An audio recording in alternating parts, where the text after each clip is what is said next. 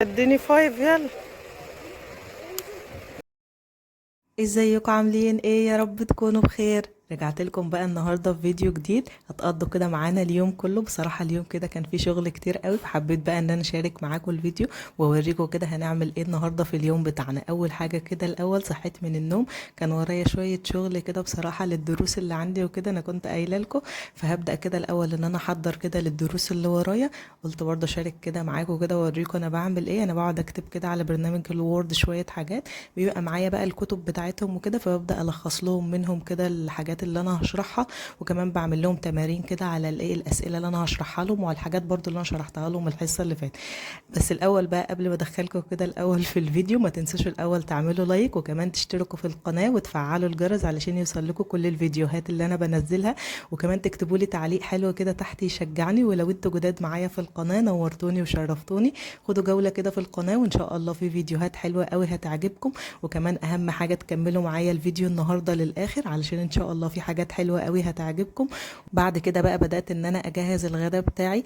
بعد ما كنت خلاص خلصت كده كل التحضير بتاع الدرس اللي ورايا. انا كان عندي درس واحد بس اليوم دوت يعني، لان بصراحه عندي كمان مشوار مهم كده لازم اروحه جدا جدا، وهقول لكم بقى ايه هو المشوار دوت.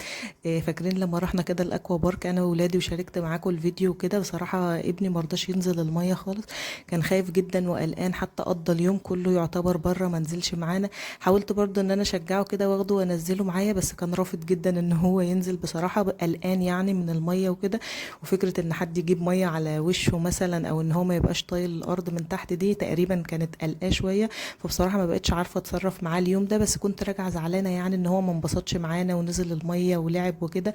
فبدات ان انا افكر بقى ايه في حاجه بديل كده، ان انا برضو اشجعه وانزله الميه واحببه مثلا في الميه ويبقى مبسوط كده، لان طبعا الاطفال كلها اصلا بتستنى الصيف مثلا عشان تروح البحر او تروح حمام السباحه وينزلوا كده ويلعبوا مع بعض. وانا برضو كنت حاسه ان هو هيبقى مبسوط هناك، لان برضو لما مثلا بنملى البانيو هنا ويبداوا ان هم يلعبوا فيه وكده بيبقى مبسوط جدا. وكنت برضو محضره قلت له احنا هنروح حمام سباحه كبير وهنلعب وكده، وكان برضو مستعد. بس اول ما رحنا بصراحه رفض خالص ان هو ينزل، وقضى يعتبر الرحله كلها بره ما نزلش معانا الميه. فعندنا في البلد اللي احنا موجودين فيها طبعا دلوقتي موضوع ان الولاد يتعلموا سباحة وكده الموضوع بقى مشهور، وبقى يعتبر في كل مكان حمام سباحة وكده. فاحنا في عندنا في البلد بتاعتنا جنبنا كده حمام سباحة، حتى ابن الكبير بيروح يتعلم فيه وكده. فسألتهم هناك وعرفت ان في ايام للعائلات وفي ايام طبعا ممكن السيدات بس هم اللي ينزلوا كده. فقلت خلاص انا هشوف مثلا الميعاد اللي بيبقى فيه السيدات بس هم اللي بينزلوا، واخده برضو وانزل معاه كده، بحيث ان احنا بنكون براحتنا، يكون مثلا متشجع بقى وانا معاه مثلا وكده. فسألت بصراحة على اليوم، فهو بقى اليوم اللي احنا فيه ده تقريبا كان يوم الاربع، الميعاد كان الساعة 2.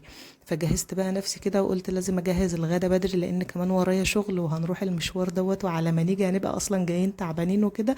فحبيت اجهز كل اللي ورايا الاول قبل ما ننزل نروح المكان. زي ما بقول لكم الميعاد كان الساعة 2 بصراحة، كنت مخضوضة كده من الميعاد شوية، لان قلت هنبقى في الظهر كده والدنيا هتبقى حر جدا. بس عايزة اقول لكم انبسطنا جدا، بس مش هسبق لكم كده الاحداث، هحكي لكم بالظبط كده احنا عملنا ايه.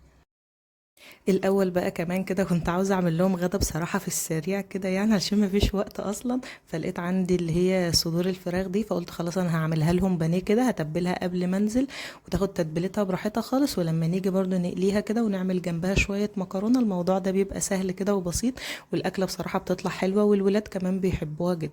فبدات كده ان انا اقطع الفراخ زي ما قلت لكم. انا بحب اقطعها تخينه كده شويه، ما بحبهاش رفيعه بصراحه، بتبقى ناشفه قوي على الولاد وما بيعرفوش ياكلوها. فعلشان كده بحب ان انا اقطعها تخينه كده علشان يبقى فيها برضو لحمه كتير يعني يعرفوا ياكلوا كده ويتغذوا. فهبدا كده ان انا اعمل التتبيله بتاعتها، ومعرفش طبعا كل واحد بيبقى ليه طريقه كده في تتبيله الفراخ، فانتوا برضو قولوا لي لو عندكم تتبيله كده حلوه للفراخ، قولوا لي برضو عليها. انا بحط بصله كده وببدا ان انا احط عليها توابل واحط عليها شويه شطه، وخلاص على كده. وبعدين ببدأ ان انا اضربها كويس، وبعدين بحط بقى عليها الفراخ بتاعتي. كان عندي حتى كيس الكاتشب ده برضو بحب ساعات احط برضو معاها طماطم بس ما كانش موجود بصراحه، فكان عندي كيس الكاتشب الصغير ده فحطيته عليها، قلت برضو يديها طعم كويس وكده.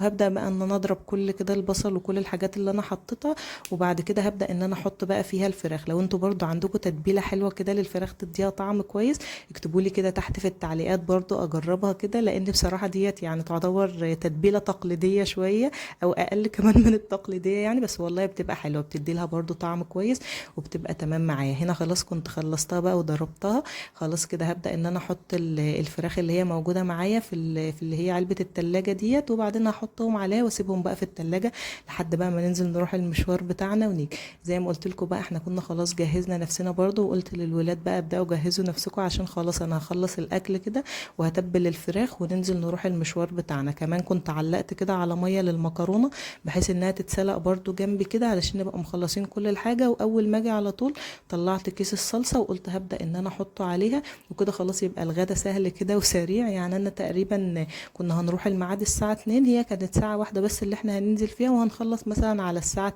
3، يعني على ما نيجي مثلا البيت وكده. انا كنت حاسبه بصراحه الوقت كانت هتبقى الساعه ايه 3 ونص مثلا او كده، فقلت وانا كان عندي الدرس بتاعي الساعه 5، فقلت الساعه دي حلوه جدا ان انا اقلي فيها كده الفراخ وكمان احط لهم الصلصه على المكرونه وابدا ان انا اغرف لهم الاكل كده وياكلوا، وانا ان شاء الله انزل بقى ايه اروح الشغل بتاعي. بصراحه المطبخ عندي برضو كان مكركب كده شويه، فقلت خلاص اما ارجع بقى بالليل ان شاء الله ابقى اظبط الدنيا. هنا كمان كنت بجهز بقى الهدوم اللي احنا هنروح بيها وكده. هو ابني بقى الكبير بيلبس المايو اللي هو الكامل ده بيحبه طبعا، اهم حاجه يبقى عليه صوره سبايدر مان بيحبها جدا.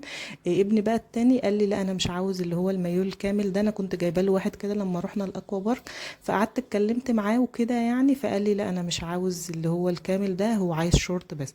فنزلت جبت له الشورت العادي ده وعجبه جدا وعليه العربيه اللي هو بيحبها، فكان مبسوط بصراحه بيها كده ومستعد بقى نفسيا للنزول الميه وكده. كمان جهزت المايو بتاعي، بصراحه المايوهات اللي هي الووتر بروف دي حلوه جدا جدا جدا بصراحه يعني، بتريح كده الواحد برضو. زي ما بقول لكم اول ما بنطلع خلاص بتنشف وخلاص وما بتسيبش برضو ايه الهدوم تكون موجوده على الجسم وكده. هنا خلاص بقى زي ما قلت لكم حمام السباحه اصلا قريب مننا، فنزلنا بقى وخدنا توك توك كده في السريع. طبعا بقت الوسيله دلوقتي منتشره قوي في مصر كلها اصلا بتودي في كل حته، فخدناه كده وهنبدا بقى نروح المكان. وهنا خلاص كنا وصلنا بقى المكان، وهبدا كده ان انا اشجعه بقى كده، وكنت بديله ايه يعني يلا بقى بينا ننزل ويلا مستعدين. حتى ولاد اخويا كانوا معانا وشايفين المكان فاضي خالص، ما كانش حد يعتبر معانا خالص غير احنا وولاد اخويا بس. نزلنا بقى وظبطنا نفسنا وانبسطنا جدا، وحتى هو نزل برضه وتشجع كده وخلتني معاه، يعني ما رحتش بقى لعبت انا ولا حاجه يعني، خلتني انا موجوده معاه وبدات ان انا امسكه كده وشجعته على الميه، وكان مبسوط والله جدا. حتى لما الساعه عدت ما كناش عايزين نطلع، حتى هو كمان ما كانش عاوز يطلع، كانوا عايزين يفضلوا شويه، بس هي كانت ساعه بس لان بعد كده بيبقى عندهم تمرينات تانية. وكمان الوقت دوت كان وقت للسيدات بس، يعني حتى صاحب المكان والكباتن اللي هم الرجاله اللي موجودين ما كانش في حد موجود خالص، ما كانش في غير كابتن واحد بس اللي هي البنوته اللي معانا وبس على كده، واحنا اللي كنا موجودين. فقالوا عشان خلاص كده الوقت خلص بتاع السيدات وخلاص بقى هيبدا الناس تيجي والمواعيد التانية بقى بتاعتنا تيجي، فمش هينفع ان انتوا تكونوا موجودين في الميه. فبدانا بقى خلاص ان احنا نطلع، انا برضو شجعته شويه قلت وكده تمام جدا عليه يعني، وهو بصراحه كان مبسوط. وان شاء الله بقى قلت له الاسبوع الجاي تبدا بقى انت تنزل مع كابتن زي اخوك وكده وتبقوا موجودين انتوا الاتنين مع بعض، علشان برضو يكسر حاجز الخوف اللي عنده كده. قولوا لي برضو ايه رايكم، يعني ممكن اعمل ايه معاه كمان بحيث ان انا اشجعه برضو ويحب الميه وكده. لان احنا رحنا يوم تاني بعد ما نزلنا اليوم دوت، يعني انا مسجله الفيديو متاخر شويه، برضو كان قلقان شوية. هو نزل بس خلاه قاعد بره، يعني برضو قلقان من الكابتن شوية، خايف ان هو ينزل وكده. بس بصراحة الكابتن كان معاه بالراحة واحدة واحدة خالص، وواخده برضو هادي كده علشان ايه ما يقلقش من المية. فانا برضو معاه كده، لو انتوا برضو عندكم اي افكار او كده بحيث ان انا اشجعه ان هو يحب المية وينزل وكده قولوا لي برضو تحت في التعليقات. ولو وصلتوا معايا في الفيديو للجزء ده ولسه ما عملتوش اللايك انزلوا بقى بسرعة اعملوا لايك علشان نكمل كده الفيديو مع بعض. وكمان ما تنسوش تشتركوا في القناة وتسيبوا لي تعليق حلو كده تحت يشجعني. بصوا بقى كده خلاص بقى كنا روحنا بقى، اول طبعا ما وصلنا خدنا شاور كده، وبعدين بدأت بقى اجهز لهم الغدا علشان خلاص يعتبر اصلا ما كانش فيه وقت زي ما قلت لكم اول ما روحنا كانت الساعه تقريبا 3:30. فبدات على طول قلت لهم يلا كل واحد يدخل ياخد شاور، وبعدين بدات ان انا اجهز لهم كده الغدا. بدات اجيب الفراخ بقى، وحطيت شويه فيجيتار كان عندي بصراحه اللي هو الحراق، حتى ما لقيتش اللي هو العادي، ومفيش وقت بقى ان احنا ننزل نشتري بصراحه. فرحت حاطه شويه دقيق، ايه الجيش بيقول لك اتصرف كده وخلص نفسك، علشان ما فيش وقت وانا مستعجله بصراحه ولازم اخلص كده الغدا قبل ما انزل. فبدات كده احط لهم بقى الفراخ في اللي هو الدقيق والفيجيتار، وهبدا كده ان انا اعملهم كلهم، وبعدين هبدا ان انا اقليه لهم بقى واجهزه لهم كده، وبالهنا والشفا بقى ياكلوا. لان ايه هنزل زي ما قلت لكم الدرس بتاعي كمان لسه هطبع إيه كمان لسه هطبع بقى للولاد اللي جايين يعني الدرس وكده الورق بتاعهم، وهبدأ ان انا اظبط المكان وكده على ما يجوا. إيه كنت عاوزة اقول لكم بقى حاجة كمان. دلوقتي طبعا اسعار ان احنا نطلع مصيف مثلا او نروح شرم او نروح الساحل او الاماكن دي، طبعا الاسعار بقت غالية جدا. إيه دلوقتي بصراحة يعني شفت حاجة برضو بسيطة كده ممكن في اي حمام سباحة موجود عندنا، لان بصراحة في كل بلد دلوقتي تقريبا كان بقى موجود يعني حمام سباحة، بحيث طبعا موضوع السباحة وتمرينات السباحة انتشر جدا الايام ديت يعني. فممكن حقيقي نروح ان احنا ننزل فيه. يعني احنا تقريبا نزلنا الساعة ديت كانت ب30 جنيه. فبصراحة انبسطنا وقضينا وقت كويس جدا. ممكن برضو بدل السفر بقى والصداع ووجع الدماغ وكده، لو انتوا برضو معاكوا اطفال وكده ممكن تسألوا على اي حمام سباحة موجودة عندكم، وهتقضوا برضو فيه اليوم وهتبقوا مبسوطين جدا. انا عايزة اقول لكم والله الساعة اللي احنا رحناها دي، يعني انا الكبيرة انبسطت والصغيرين برضو اللي معايا الولاد ولادي وولاد اخويا برضو كانوا مبسوطين جدا. وزي ما قلت لكم حتى والله بعد ما الوقت عدى ما كناش عاوزين الساعة تعدي اصلا، وعاوزين نقعد كمان شوية.